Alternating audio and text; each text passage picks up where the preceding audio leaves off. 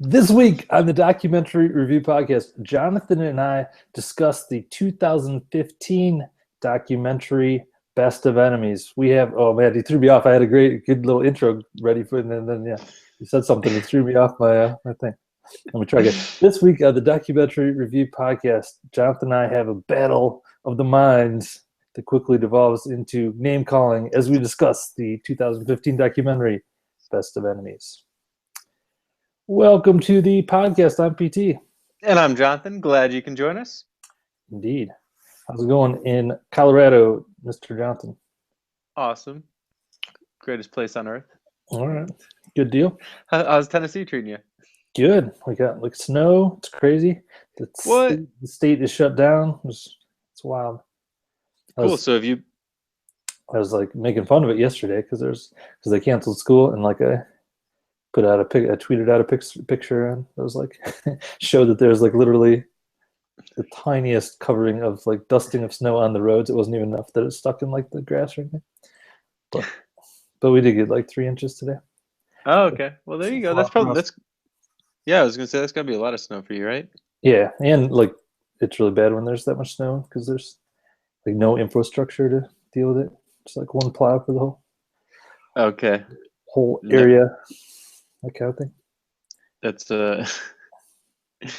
yeah, that's got to be a bummer when you have no way to deal with snow whatsoever, which I guess makes sense if you don't normally get snow. Yeah, and it's pretty funny too because like it totally snowed a ton yesterday when I was at work, and like so people were out there trying to clean off their cars, but they don't have like window scrapers or anything, so they're like, trying using all sorts of like wild variety. I saw a guy with like a paper plate and trying to scoop the snow off his window with a paper plate. It was great. That's awesome. I think a credit card might work, although you might ruin it, but just very slowly. Good way to get out of credit card debt. Just be like, scrape my windows with my credit cards. That's right. You know who else scrapes their windows with credit cards? William F. Buckley and Gore Vidal, the subjects of our documentary this week. That they do. Give us no, they don't. That was a lie. Give us the rundown, John. Give us your synopsis. All right. It's kind of an interesting look at two guys who had a series of debates back in the late 60s, Gore Vidal and William Buckley. Gore Vidal being kind of what we would think of as a left-wing liberal by today's standards, and William Buckley a right-wing conservative. So they were kind of the first on-air, televised back and forth debate of two people with extremely opposite views. And it kind of dives into what the effect was on the future of the American political system and how it influenced, television and to a small degree in American politics, based on these two guys and their debates. So it's Best of Enemies. Cool. Good deal. Did you like it? I did like it. It was both people were really interesting, I thought, especially Gore Vidal seemed like a really interesting kind of guy. Did you like it? Yeah, I liked it a lot. It was like kind of a classic, like when you think of the word documentary, if you haven't watched like any documentaries lately, this kind of thing you probably would think of. It's kind of like a classic documentary style, I would say. So yeah, but I thought it was very interesting and made a lot of good points. I had a couple like things that I thought could have been slightly smoother about it that we'll get into, I'm sure. But overall, I liked it a lot. Good, cool. Yeah, cool. Who did you like one better than the other, Gore versus William Buckley? I really didn't like either of them. They're both kind of jerks, and they both had like pretty extreme views that I didn't like. I wasn't super on board with either of them. Like Gore Vidal's like America's gonna rise up and revolt, or William F. Buckley's like let's be super strict about everything. So I didn't really agree with either of them. Yeah, I mean, I guess if I had to pick one, I'd go with Gore Vidal. I don't know. I mean, neither of them was, but I thought they were certainly very interesting. Both. Sure, absolutely. Yep. And, go ahead. How about you? Yeah, I mean, I think I like Gore better.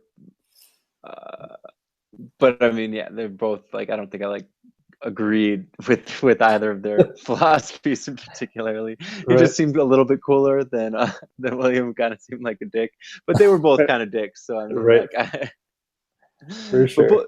both very intelligent guys. I mean, like so well spoken, articulate. But Right.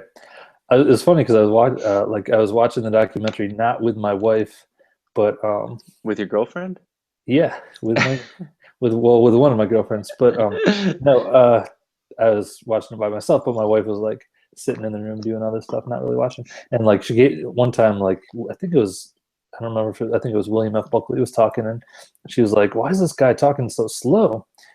And I was like, "Yeah, it's a good point. He does talk slow." But then I started paying attention, and I noticed that everyone, like the newscaster and Gore Vidal and William F. Buckley, like every television footage they showed from that time period, they all talked really slow. So I'm curious if that was like a true affect of people in those days, just talked slower, or if it was like just like a because it said the audio technology wasn't as good, they had to like articulate and be slower in their speech. I don't know. I don't have the answer to that, but I thought it was interesting. yeah, it is an interesting point. I didn't really notice it that much when I was watching, but it is a good observation. They had a lot of like pauses and a lot of like yeah. Mm-hmm.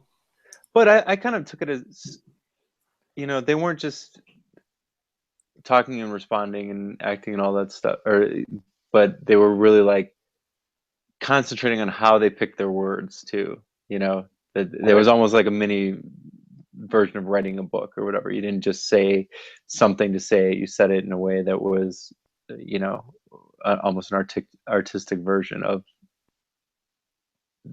finding a way to say it and throw an insult into it and all that, rolled into one comment.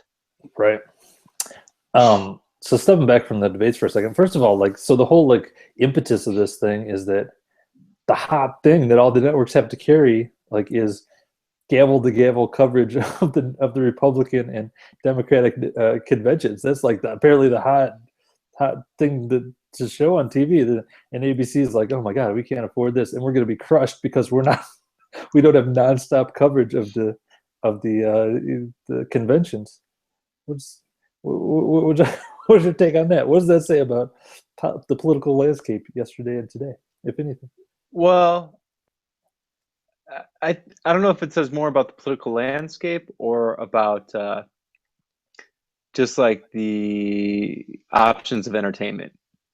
You know what I mean? Where like it was like, oh, there's a couple like horrifically bad television shows, or like the Future of the Nation. And you'd be like, oh well, gotta go with the Future of the Nation. They haven't quite ironed out on the three networks that entertainment.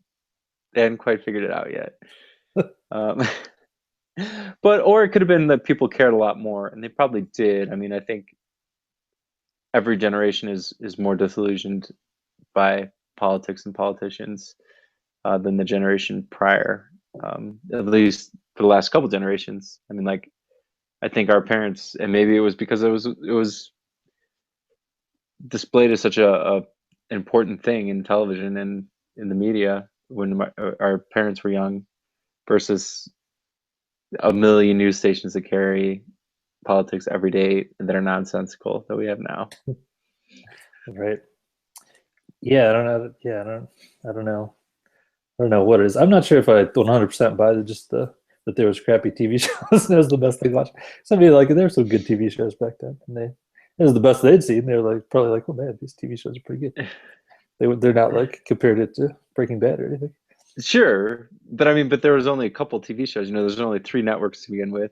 There's no internet. There's no, I mean, like, and television is like awesome and amazing as compared to a newspaper. I mean, like, not to like totally like say newspapers were horrible, but to read about, like, if you would have just read these debates, it would have been a lot different than to actually see the interaction of two people.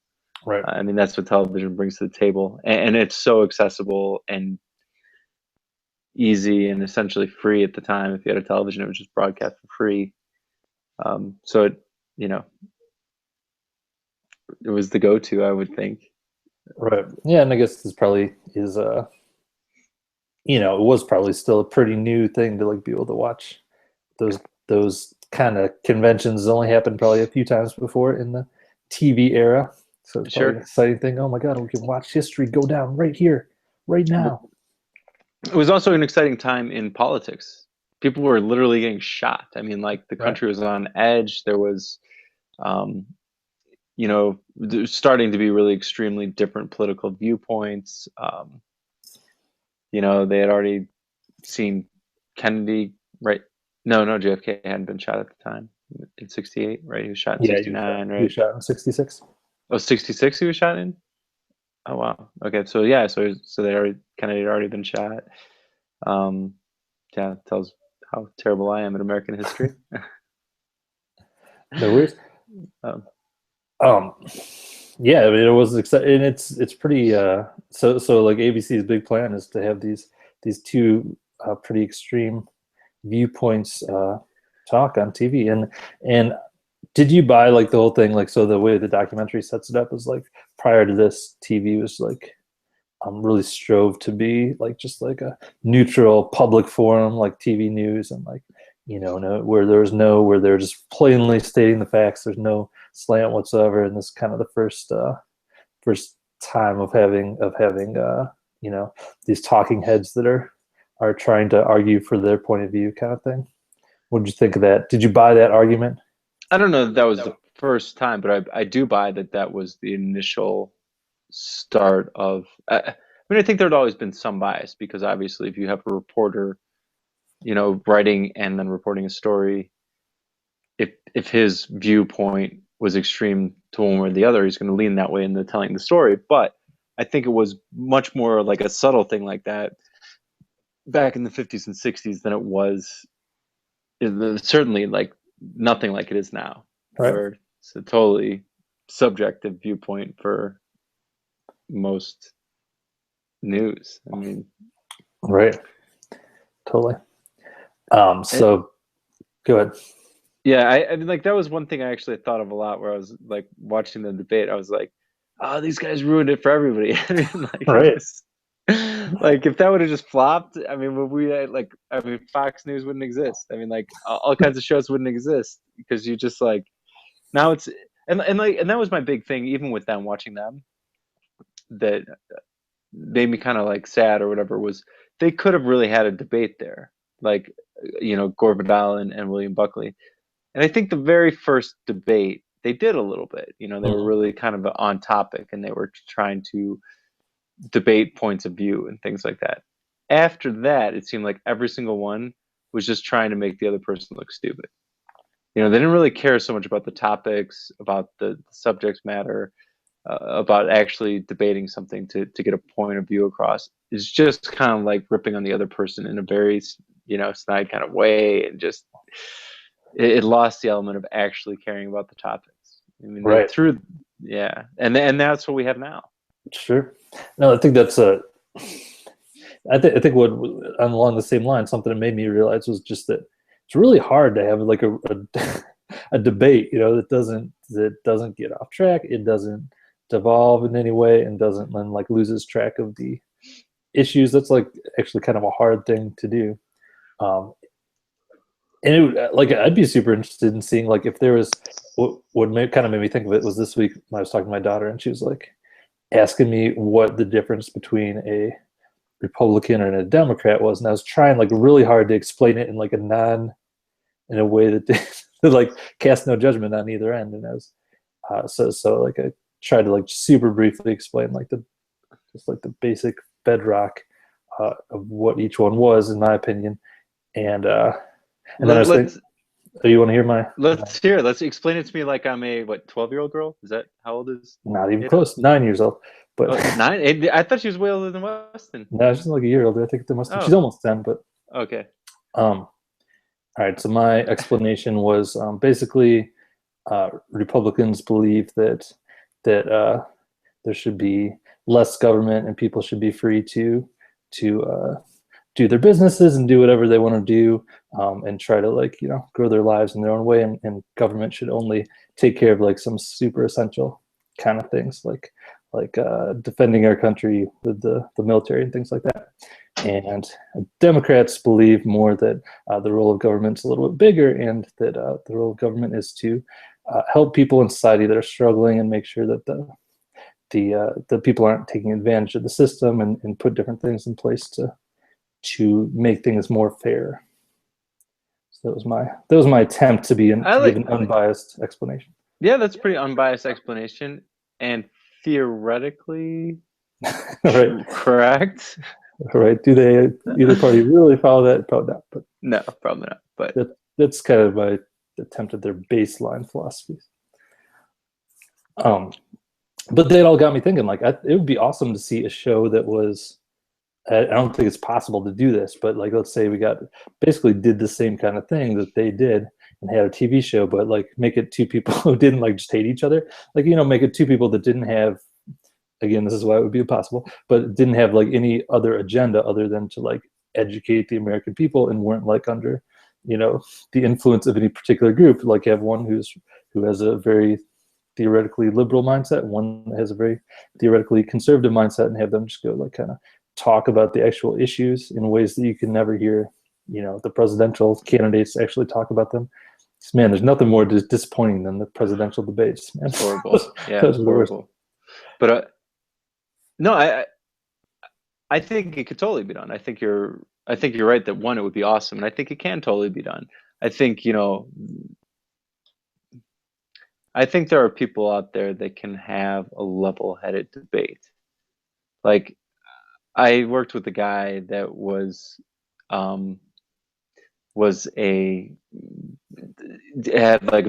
he was a Mormon, so like, and I'm not like a religious person, and he had like a bunch of like really pretty extreme political views that were like totally opposite of mine.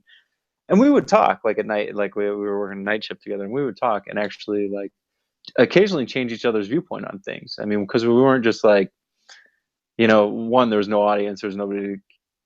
It was just two guys talking, and I was always open. I mean, like, I get there's different viewpoints, and I get that there's different right answers, and I think there's a lot of people out there that are like that and that do understand that. And if you put two of them in a room together, I mean, everybody's very opinionated, because through your life events and the knowledge that you have, you've come to some conclusions. And guess what? They're not all right. And as long as you understand that, I think you can have a debate and actually like learn something from one another. I think people out there like that exist, and I think it could. I think I would watch that. I mean, that sounds really interesting to me. Yeah, I don't know. I feel like once you had, like, I agree that you can do that in private. Once you get on TV, though, I feel like it would be a lot tougher, because once the show gained any kind of popularity, they'd basically have lobbyists like trying to get them to get their viewpoints across. So you'd have to have two people who are really had a lot of integrity and things like that. Agreed. That would be the tough part. And then plus, like, here's the problem: if you put two people like that in a room and they're having these like realistic debates, like actual debates where they're exchanging information, knowledge, and trying to legitimately have the option of changing someone else's viewpoint, that might get okay ratings. The problem is the ratings go up as soon as you get two jackasses in there that just like to yell at each other a lot and say really stupid one-line extreme sentences. You're always going to get better ratings. So maybe that show would fly on PBS or something like that, where they'd be like, maybe there is a show like that at PBS. Right now. Maybe. I mean, like, there's 7,000 channels and 8 million shows, so I wouldn't know if it did exist. Probably. I mean, yeah, I don't know. Yeah. Crazy. All right, where do we go next with this? Go ahead. No, I don't know. Go for it. I don't want to jump too far ahead, but I was going to jump to their like big argument fight at like one of the last debates. But if you have anything you want to discuss before? No, we can jump around a little bit, because like there's stuff. I was just going to touch on like what interesting guys they were in that. I mean, there's certainly apples and oranges, because Gore Vidal was an author, a fiction author for the most part, although he did write a lot about history and political things too. So yeah, I think he wrote a lot of like historical novels. So like novels that were based on the lives of real historical figures and stuff like that. Okay. But I mean, he had some really extreme, like they brought up one book that had like a transgendered person flip back and forth with all kinds of like wild adventures and things like that. So I mean, obviously it touched on sex and sexuality and like weird taboo subjects and things like that. But it's a fiction book. I mean, who gives a crap? I mean, and, you know what I mean? Like Stephen King, I assume doesn't go around and kill people in horrific ways, but that seems to happen in every book he writes. So you know, I mean, there's a big difference between someone writing a fiction novel and the kind of person that they actually are. So that was kind of like, you know, Gore Vidal's background, but then you had William Buckley, who did write about very specific realistic things in his ultra right wing, you know, journal. Right. That apparently a lot of people subscribe to. Ronald Reagan was a big believer in, and I know it was really crazy to see what I don't know, just the two extremes and like how they interacted with each other, and like even when like William Buckley would like keep bringing up all the trash that the guy wrote, and I was like, yeah, I mean like. Yeah, he just wrote it. We didn't even write it about like personal experience. Yeah, he's an Right. author. Yeah, it is kind of weird though that they, like, now that I think about it, that for the liberal viewpoint they just got like a fiction writer. It's weird that they didn't get some like, Super weird, you right? know, Harvard professor or something like that. No, they didn't. I mean, like he was well connected, and he did write Right. like politically influential fiction novels. So Yeah. but that is why they picked him though, specifically because it didn't match up, and he was the most extreme. Right. You know. Oh yeah, that's right. They said in the documentary that when they first talked to William F. Buckley, they said like, who do you have any ideas for who we should get for the other side? And he was like, I don't care as long as it's not Gore Vidal. And they were like, okay, cool, we'll get him then. Right, like, that's exactly what they did. I think one of the big points of the documentary for me, or one cool thing about it, was just that as extreme as these guys' viewpoints are, they're both like clearly super intelligent, and I think that's worthwhile to remember, is that there's really smart people on all sides of the issues, and I think as it kind of alludes to at the end of the documentary, in today's world, it's totally possible and very common even to surround yourself with only people that you totally agree with you, and to read like websites, get your news from websites that are like ultra agreeing with your point of view, and like, and it's left and right on Facebook. You constantly see both sides like basically saying how big idiots anyone who believes, you know, is a liberal or a right winger or whatever is. So I think this is a worthwhile documentary just for that, just to show that, yeah, there's really smart people who at all ends of the political spectrum. Right, absolutely. I think that's a super important point that people forget all the time. Like you said, like obviously there were different ways to think about something when you can see two people like that, super intelligent people, completely like almost no intersections of agreement on, you know, what is best for the country. So I mean, we should all consider that. We should all consider the fact that maybe we're wrong. I mean, like I said, those weren't real debates because neither of them went in there think with an open mind. You know, like Right. Yeah, because I mean, both philosophies. Like when you went through your, you know, your objective as possible, generic, you know, talking to a kid about what the political parties stand for, both of those things are right. Sure. I mean, both the point of both of them is to have the maximum benefit for everyone. I mean, one side says the maximum benefit is to let people go out there and let them all loose and run amok, and the best people will succeed, and in their success, everyone else will succeed. And one way or the other, the fairest, you know, the most fair thing you can do for everybody is let everyone find their own path and their own success or failures. Yeah, I can get behind that. It's a good philosophy. Another philosophy is saying like, hey, we're a giant civilization. You know, we all live together.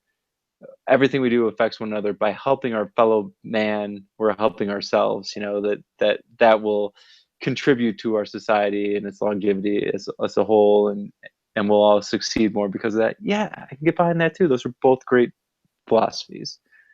And now we have some data to try and, you know, back either of those up, and that's where we should be at? I mean, I think the super obvious answer is there's truth in both those statements, and there's a way to merge the two to get your best result. But Right. or No, yeah, I think a good example that I always think of when I think of like how hard it is in today's climate to like have a debate about anything is like a good issue to think about, I think, is abortion. So like if you talk to someone who's against abortion, like they're instantly like, oh my God, you're killing babies. Like, of course I'm not going to listen to your dumb arguments, you're killing babies. And if you talk to like someone on the other side, they're like, oh my God, you're just trying to control women. Of course, like I'm not going to like listen to any of your views that are about controlling women or whatever. But like the views are just so like so people can't even have a conversation about it because they're just so diverted from each other, those two viewpoints. um, and I think there's a lot of things like that where we take issues and that we don't have the right conversations about them that could get us somewhere.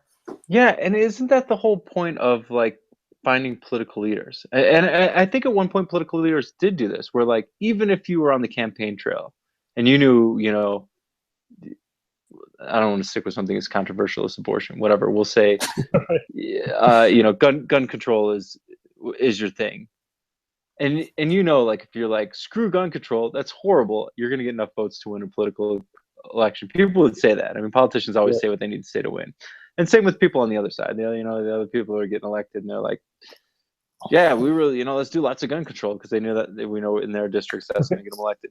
But I think before there was a time when politicians would sit down in Congress and they would literally be like, all right, let's shut the doors and turn off the cameras and let's get in a room and talk about this. And we're going to figure out something that we can do, an actual legitimate bill that should benefit the American people, you know, and they kind of had that idea of my viewpoints and your viewpoints are different. Let's meet in the middle. This is a negotiation. We're going to come up with something that we both can kind of hate, but also kind of like, you know, something we're both going to sacrifice, but we're both going to get something we want. And in the end, we're going to try and find something best for the American people. I think those days are gone. I don't think those closed door interactions happen the way they once did. You know, I think somehow politicians get lost in their own bullshit where before they knew it was just, you know, essentially an act to get to a point where they could actually do something. And now they're really bought into it where they have these extreme views or these they've come from a system of people that have been fed lines of crap and now they just can't come together and acknowledge that no, there's something else that's there that we need to do to help everyone. Totally. I visited the Capitol building a couple weeks ago, and like I can't decide this part of this story. This story definitely sounds like a story they tell the tourists, but but I'm going to share it with you anyway. I'm not sure if it's true or not. But so when I was touring the Capitol, they took us in this one room that was the original like Senate, where all the senators had their desks. And it was like this really beautiful room that has this huge like arched ceiling, and the guy, our tour guide was like, let's check this out. And he went to the other side of the room and he was like whispering, and you could hear everything he was whispering like on the other side of the room because of just like an unintended consequence of like the arch of the ceiling. You could basically the exact opposite of where you were, you could hear really, really good whatever they were saying. And he said like the political parties would like split on the other side, and it ended up to be super helpful because they would like hear what the other sides were talking about, and it you know, encourage like open dialogues. They would always overhear what each other's saying and then be like, hey man, what, and you like go talk to them about it. So again, possibly a story they can just tell to the tourists, but I think it plays into what you're saying. Yeah. That's I like it.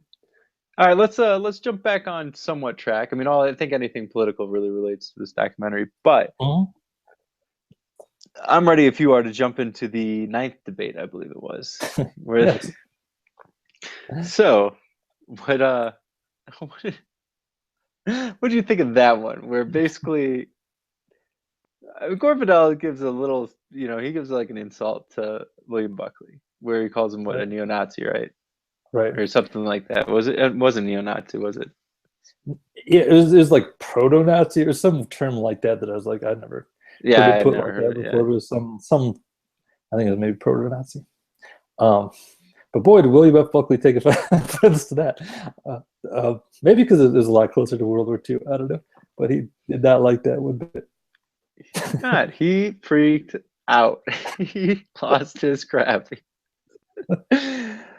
Which it was that didn't like I thought that was like kind of almost funny or whatever, like seeing the debate Right. or whatever where it like freaked out or, especially when these two guys obviously had a disdain for each other, and then like he pushes his button and the guy freaks out.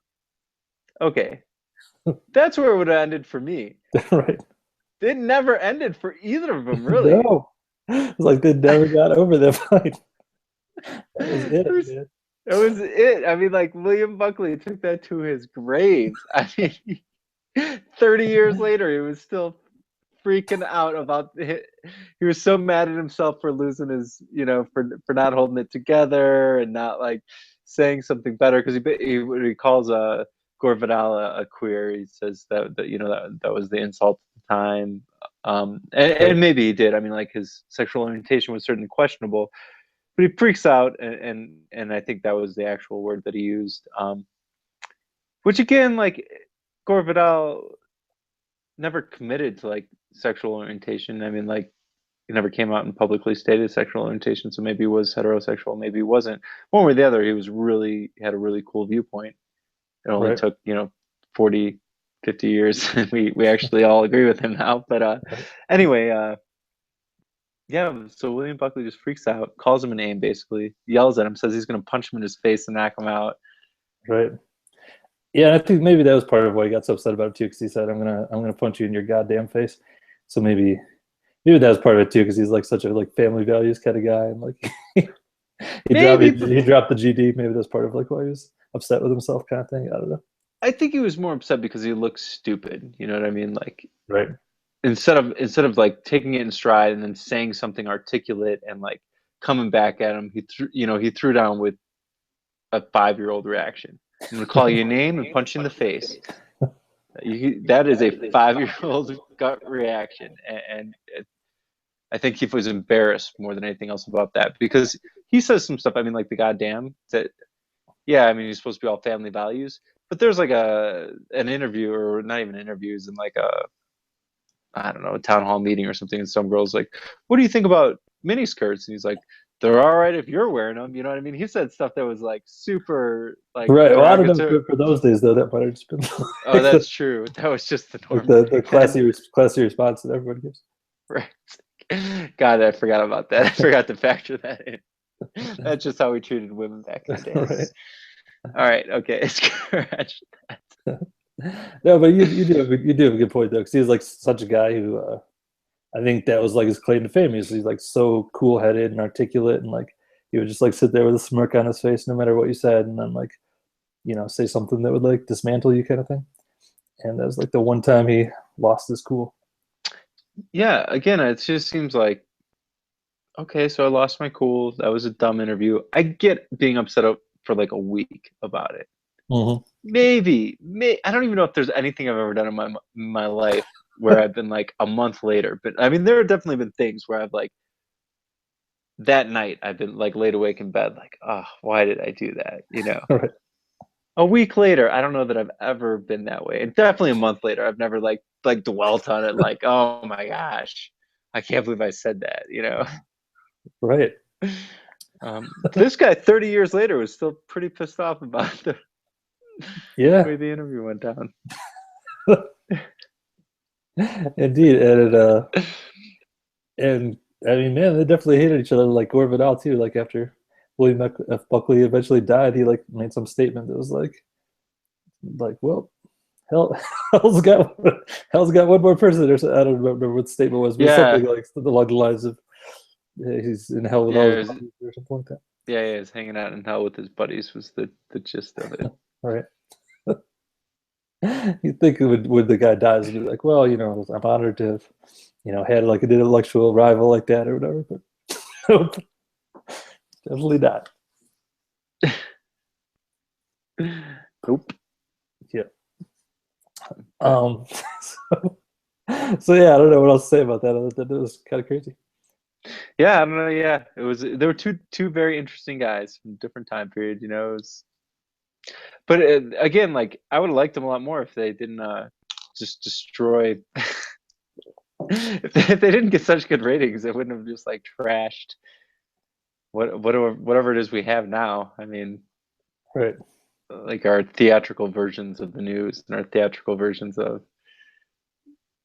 debate, and our you got to just put like people that are extreme and scream a lot on TV. It seems like to compete.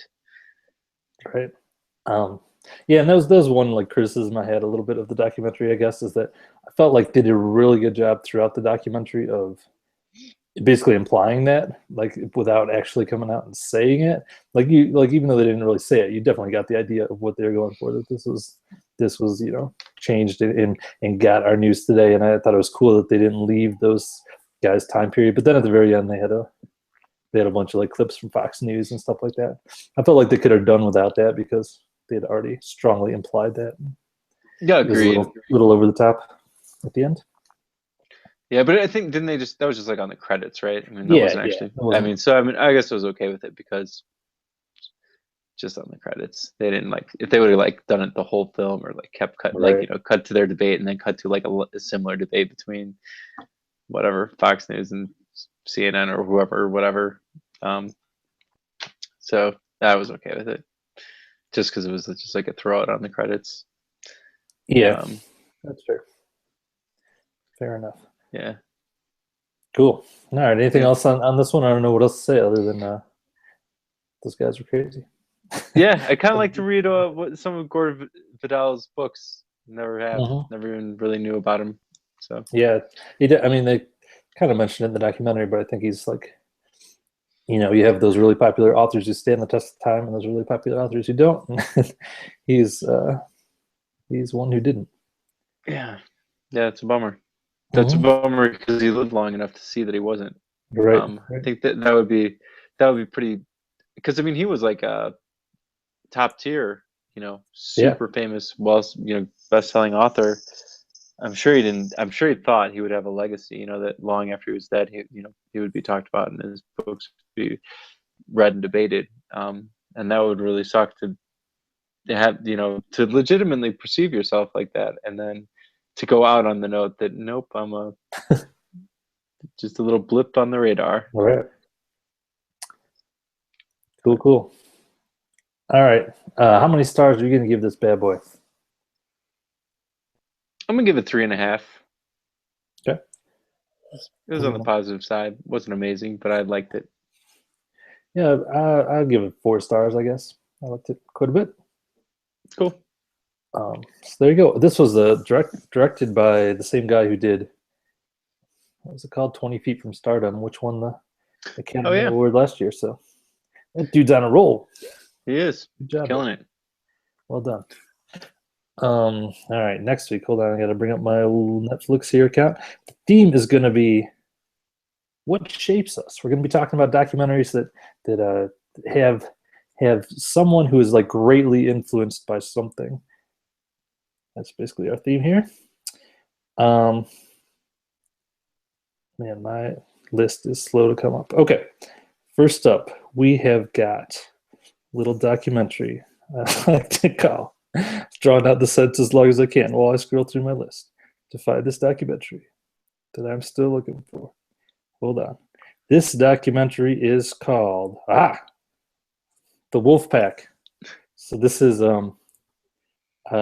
basically it's these 7 siblings, I think they're all brothers, who are kind of raised kind of like in isolation in this apartment in New York City, barely ever go out, but they watch like all kinds of movies. So eventually when they become adults and do leave, they're like ridiculously influenced by like Pulp Fiction and stuff like that, like into a ridiculous amount, because that was like their only interaction pretty much with the outside world was like these movies that they watched.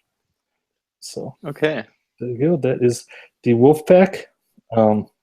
Next up, we've got My Own Man. This is I'll just read the description. When a man discovers he will be the father of a boy, his fear and insecurities send him on an emotional and humorous quest for his own manhood.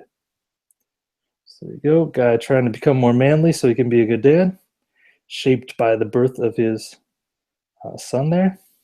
And what shapes us more, Jonathan, than terrifying experiences? This is the only the only documentary I've seen listed under horror on Netflix.